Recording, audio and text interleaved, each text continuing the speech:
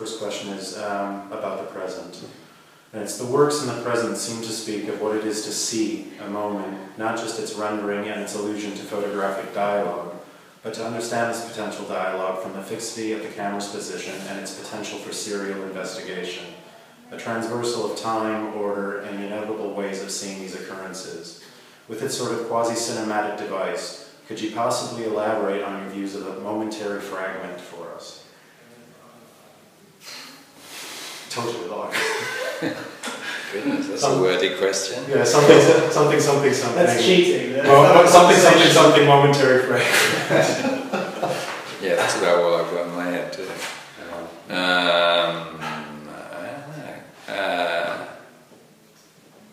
I've completely forgotten most of the question. Okay, I mean, I guess what I'm getting at, to paraphrase the question. See, I'm not living in the moment. I'm certainly not capable of being in the now. I guess what I'm sort of hinting at with that sort of thing is, using sort of there's a sort of cinematic feel to some of the work in the present, which is taken in part by each fragment, each moment that is sort of separated by the next moment. So it alludes to this passage of time and how we sort of read an image, as it were, especially a photographic image.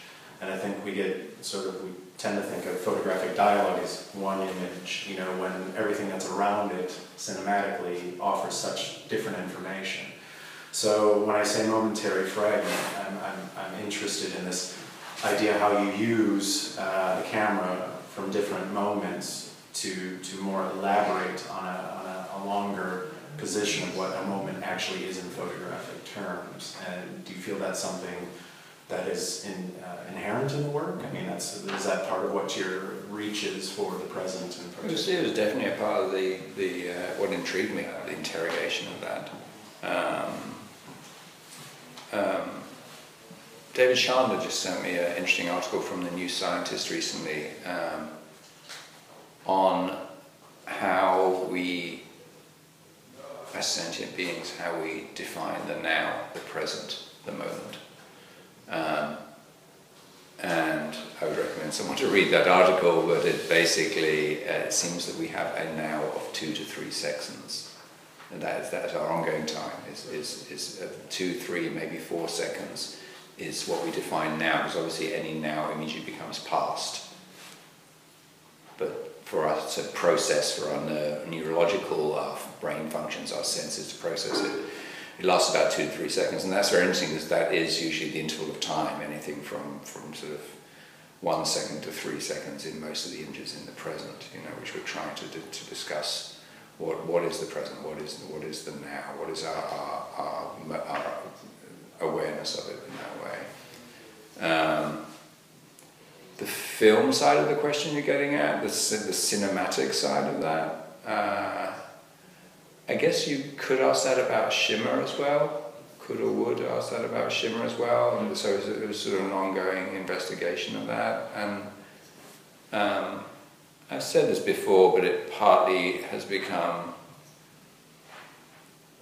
something that's easier to focus on since digital has come to photography, because you tend to look at stuttering sequences on screen, next, flick, flick, flick. Like a film editor sitting at a editing table, nudging through the frames to find where they're going to make the cut. And of course that was always there in film photography, that they had it, but they had it on a contact sheet. They took many pictures, all this stuff. Cartier-Bresson, when you actually look at the contact sheets, he took a lot of pictures off the same thing. It wasn't just the one. But it just was, in terms of process, looking at a screen, being able to tap on a button and sequentially go through things, just helped clarify those ideas and recognize them. So to elaborate on the potential of seriality in your work, the way that images collude in shimmer possibility, for example, suggests a sort of fabricated seriality of images and moments working together. But each photograph is also seen symptomatically as different to the audience's perception of each individual fragment. So each image has its own character within a longer sort of sequence or seriality to the overall work. So the question being, do these images, when displayed in this manner in particular, present a discourse on the idea of seriality and perception within the overall piece? Yes, kind of, and I would add the word consciousness in there. A sort of awareness or consciousness of the moment arriving, enveloping you, and gently departing. And as part of that, the stuttering moments that you are talking about there form sort of little nodal points or links, along that way in that thing, in the process of recognizing the value of something, the beauty of something, as simple as eating a piece of chicken at a bus stop, or smoking a cigarette, or cutting the grass, or walking the shopping home. Just recognizing that, and somehow within the work, there is also, I hope,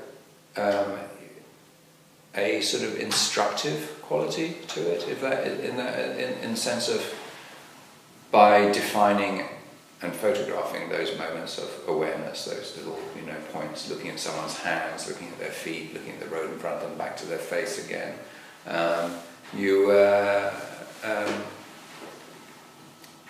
help people appreciate the process of cognition, and that's very vital and useful for all of us. So it's about it's in that sense it is. Educational makes it sound rather lame, because it's more than that. It's a work of art, but there is an educational or instructive quality to it. Like, this is one way to see, this is one way to perceive life, and that can't be anything but useful, really.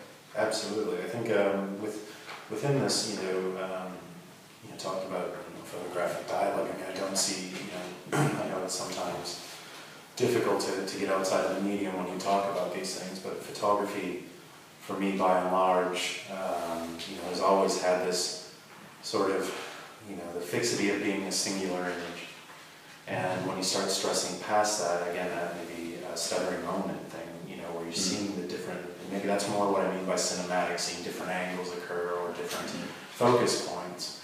I think that's, when you say education, I think, to sort of, sort of get people through a moment from different images within that moment, I think that's quite powerful. And I don't think that in terms of perception, how we sort of deal with photography, that is something that it gets taken for granted. Yeah. And that's really a way of seeing, as Zarkovsky would have probably entitled it. And we've become complacent about the power and meaning of photography because the single instant has become so overused and exhausted in some ways. It shouldn't be. It needs refreshing. I've got no problems with it at all, and obviously I make single images myself most of the time. But if this can be helpful in refreshing that, in refreshing that value and import of photography, as a medium, then great. Yeah, it's definitely an expansion. I think that's, for me, that's one of the most important aspects that I take away from your work, is to sort of teach people that it's not just this thing. But neither is it film. But true, absolutely not. Neither is it something still, so it isn't, because people seem to think I've moved 2 steps forward, why don't I, start jogging, and run and film, and it's a whole different thing. It still avoids narrative, still avoids storytelling, it avoids all the problems that come with that, with chaining the world down to a rather simplistic, clanking track of, choo-choo train pulling along, telling you a story, and it avoids that, which photography did get stuck into back in the 1950s, and thankfully escaped from again. So I don't wish to take it across the video or filmmaking in that way. It's something quite different and quite unique. It's also quite a bit different than when you think about, here was it picture post? Is it? Is that the storytelling. Storytelling, yeah. And it's but it's different because all those photo story. Photo story, yeah. Those narratives were all woven together with different single pictures. It's completely different to what you're proposing when we look at having an open-mindedness about either the quotidian or the moment within, and observing it, perception again, observing it from a different sort of way. That wasn't exactly a question, but that's right. So let me get to the next picture. Okay, this is an important one in particular for display, because your display methodology is incredibly important. I'm thinking of the Laval show in particular, and I think that was shimmer. If I have this right, the shimmer of possibility, the arrangements, the idea of seeing through the use of display. The process of editing must be quite extensive. From this series and the exhibition you had at Laval, can you give us some insight into how you use a space to display the nuances of the work? How much goes into how you place those images from floor to ceiling in these, again, stuttered Well, Laval, just to correct you there, Laval was in the main gallery block, it was just the present. It wasn't present. Downstairs, yes, it was just this New York street scene. So upstairs there are some old Bjorn Karen pictures, but there was no shimmer there.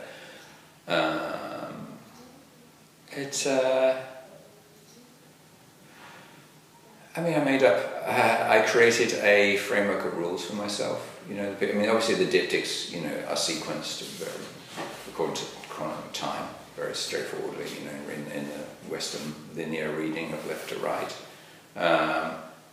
When it was the same exact, this is not the right word, but cast, the same exact set of players within the frame, and they just rearranged slightly, like someone had drifted out of focus and a new person had come in. They were just arranged horizontally, linear fashion. When I was standing in the same place and the whole cast of people had changed, but something, like a postman had been replaced by a UPS delivery man in exactly the same position, even though you couldn't see the postman anymore, then I stacked them vertically. So when there was no concurrency between the images, that man there has moved to that man there, or this woman is now over here. When you couldn't see that, I put them vertical. When you could see it, I left them horizontal. So that was the simplicity of my little homemade rule. So that when the linear was disbanded in a sense of time, that's when you snapped. Yes, when you couldn't identify just by looking that it was that a certain amount of how much time had passed, I stacked them vertically. I think I did break that once, just because it had to for the space. But yeah, they were hung low to the floor to obviously make that flow from the concrete of the floor in a gallery or a museum into the sidewalk itself, into the pavement, as they say in England, and just to have that doing, which was a very nice effect, and I liked that. But at the same time, the pictures, one quality of the photographs is they are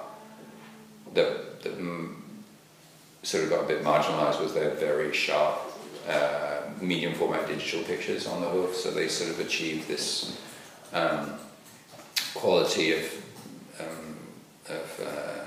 verisimilitude that a lot of photographers have chased for a long time. Every photographer dreamed with film of being able to wander around with a large format camera and do bang sharp street photographs, freezing the world, but having every tiniest little hair and pore being showing, and you can now get that with medium format digital that you could not get. You couldn't walk around with a 4x5 and have it working on autofocus that way. So one that was slightly lost by the fact that the picture was so down low to the floor. If you do hang on a normal light, people actually see that more.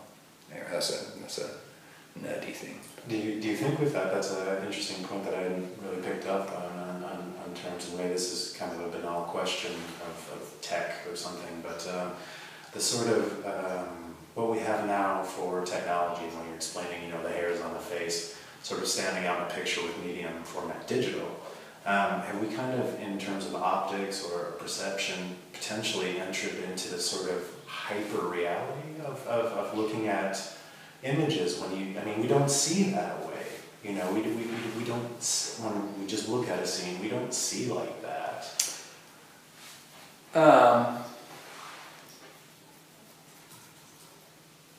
Well, you get into a question of how we see. I mean, it is complicated because we see in shallow focus. You know, we don't see in deep focus. You know, if I'm looking at you, I'm seeing you're sharp, but the background is blurred. If I focus on the wall behind you, you can turn into a blur. But take that with most cameras, and people often, you know, they optically make sure that everything's in focus. So the deep focus is actually an optical trick of certain cameras and lenses. You know, it's not how we see. But then you can flip it on its head and say, anything I choose to look at will come into focus. You know, so if I choose to look at you, you're in focus. If I choose to look at the bag behind you, that's become in focus.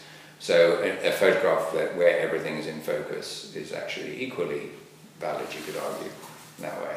I choose to. And if I choose to, you know, walk closer to you, I can see the pores on your face. To get back to the argument, the point you're arguing, I can see the hairs and pores. Which, if you choose to walk up to a photograph, why shouldn't you be able to see the hairs and pores? So therefore, that level of, and to use the word here, consultability, you know, in a photograph is actually accurate in some ways. Because yes, it may be excessive in terms of new technology and digital, but it means that if you choose to want to go and look at something like that, and you want to go up, look closely, like you can in life, you can do it. You don't hit a wall of grain and poor resolution. You want to go right up to the thing, stick your nose an inch from the picture and see how many eyelashes this person has. You're more or less able to do it. Towards the topic of perception of American Night, the white sort of pictures creates a system that alludes to blindness for me. I mean, I don't know, I assume that's a bit intentional hearing you speak before.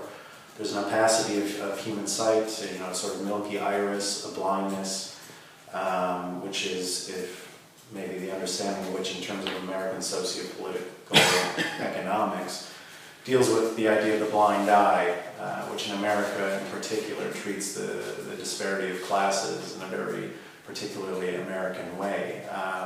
So when you implement this, you know, this white printing, if that's fair to call it that, I'm assuming that's part of sort of the potential metaphor for the work, and how we get to this idea of displaying the blind eye, the milky iris, through a photographic thing, and then having it question these sort of larger socioeconomic issues. I mean, that's a big part of, I imagine, that series of work.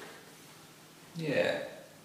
I mean, I don't want to reduce, these are all very good and accurate points you're raising, but it's not like there is one key that, you know, yes, it's about blindness and it's only about blindness, because it is obviously principally, you know, one of the principal concerns is the psychological or willful invisibility, you know, blindness or invisibility of the poor and dispossessed in the United States. And that is obviously one of the key things, but also in other ways about the landscape of America, you know. So why should I insist it's just about this one thing and say that those pictures of houses and the suburban whiteout things and the inner city dark pictures aren't also about the landscape, because they are. There's also a scientific value when we consider the American Night images. I was sort of looking into this idea of rhodopsin. Rhodopsin being a biological pigment in photoreceptor cells of the retina. They're extremely sensitive to light, enabling vision in low light conditions. Exposed to light, the pigment immediately photobleaches, and that's the word they use, photobleaches in the sort of wording. And it takes about 45 minutes to regenerate fully in humans. Had you investigated the phenomenon of rhodopsin at all in terms of picture making or? No, it doesn't surprise me to say that, and that's what's interesting about that, is that it very much mirrors the way that digital photo sites work. You know, they get hit with light, they fill, they're considered as little wells that fill with light, and at a certain point they're full if they've been hit with light, and they have to be refreshed. And the camera has to reset itself, you know, the photo site, and how often that refresh rate can happen, or how burnt out it becomes. You know, we've all seen old TV cameras that where they're filming live and they suddenly get blinded by glare, and you see it take a few seconds for the sight to reset, which is very similar to one of the ways I stumbled across that way of working, was walking out of a movie theatre in mid-afternoon via one of the side doors, you know, those emergency exits in Memphis, and walking out into blinding sunlight, and coming from a darkened, you know, hour and a half, 2 hours in a darkened room out into, you know, Memphis brilliant mid-afternoon sunshine was completely overwhelming. And you have that optical burnout. Probably the rhodopsin, is that right? Yeah. My rhodopsin was probably Needing regeneration. needing regeneration. Then it comes where you squint your eyes and you see, and you can hardly see, but at the same time working out, and there was someone stumbling across the car park in front of me there and then, realizing this was a pretty amazing visual experience, you know, something that could perhaps fairly easily be imitated in a photograph. Photographic representation and mimicry are, again, sort of value-based systems led by perceived notions of truth in a document form. What is your position on the validity of such arguments for momentary truth in photography? Do you believe in photographic representation, or photographic relativism is largely meaningful or positively delusional? I think we believe in multiple truths, really, of any moment, and that photographs suffer when they're chained down to illustrating a single truth, you know, a single dogmatic position about life, which doesn't mean that you can't do something useful when you do that, but they often suffer from it. The more I've gone on with photography, the less useful I found it to chain my work to a single intention or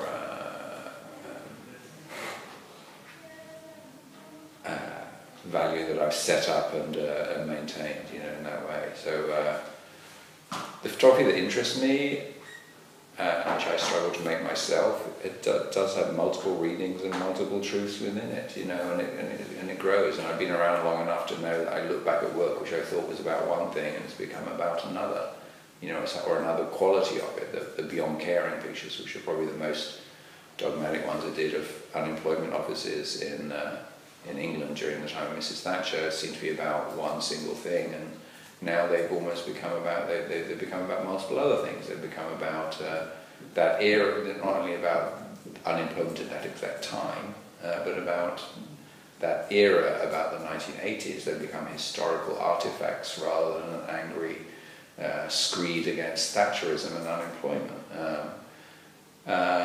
So it's often limiting to tie your work down to a single, you know, viewpoint of this is one single truth, one single version of reality in that way. You've said that our lives are not made of disasters and car crashes. They are the humdrum and the quotidian through which you, though when you enable, let's say, the tableau of a scene, excerpts from life into a grand scaling in photographs, either by series or scale, the size of things, let's say. Do you not, in effect, magnify and embellish the quotidian reality into a sort of realist history painting favored by Millet, Courbet, and so on, so that the non-quotidian and the magnificent or sublime are, in effect, something we react to when we see the photograph printed large or in a scale that become, to me, through the scaling of your images, they go sort of from this quotidian into this sublime sort of territory. I think the best example of that, or talk about now, is the pictures, end of an age pictures I did, which aren't in this peer show, of course, but of young people in clubs and bars in Europe during 20 years ago. And those are very casual snapshotting pictures, you know, very often with so-called errors in them, you know, a bit of out of focus or blur or lights, you know, not color corrected, red eye sometimes. And they were blown up very large, you know, bigger than life size of the pieces, sort of, I think they're like 60 by 80 inches or something like that in the frames, maybe a bit less. And I guess part of what you are trying to do at that point is take the mundane the overlooked, the vernacular snapshot picture and print it beautifully large, frame it very carefully, and you're saying, I know this looks like an ordinary, snapshotty, amateurish, badly focused picture, but look at the fact that I printed it this big, look at the fact that I presented it, taken a lot of care and a lot of effort and a lot of energy to complete this and show it to you at this size and scale. There is something worth looking at, worth considering about life, however everyday it is, how much this doesn't seem like a professional photograph. It does speak about our lives and who we are, our condition. So I think a lot of the message in large-scale photography, or photography that seeks to, seeks to stun you with in some way, is to take you out of that comfort zone where you can place a little candid snapshot. We expect it to be, 4x6 black and white, and you might value that and love it and fetishize that, and that's great. But when you're taking a contemporary picture, knowingly about the quotidian, the everyday, something that is easily overlooked or most people would not get their camera out about, you have to somehow make people say, no, this is not a mistake, this is not an accident, it is important, look again. Size, scale, sequence are many of the tools people use. Intention. Intention, yeah.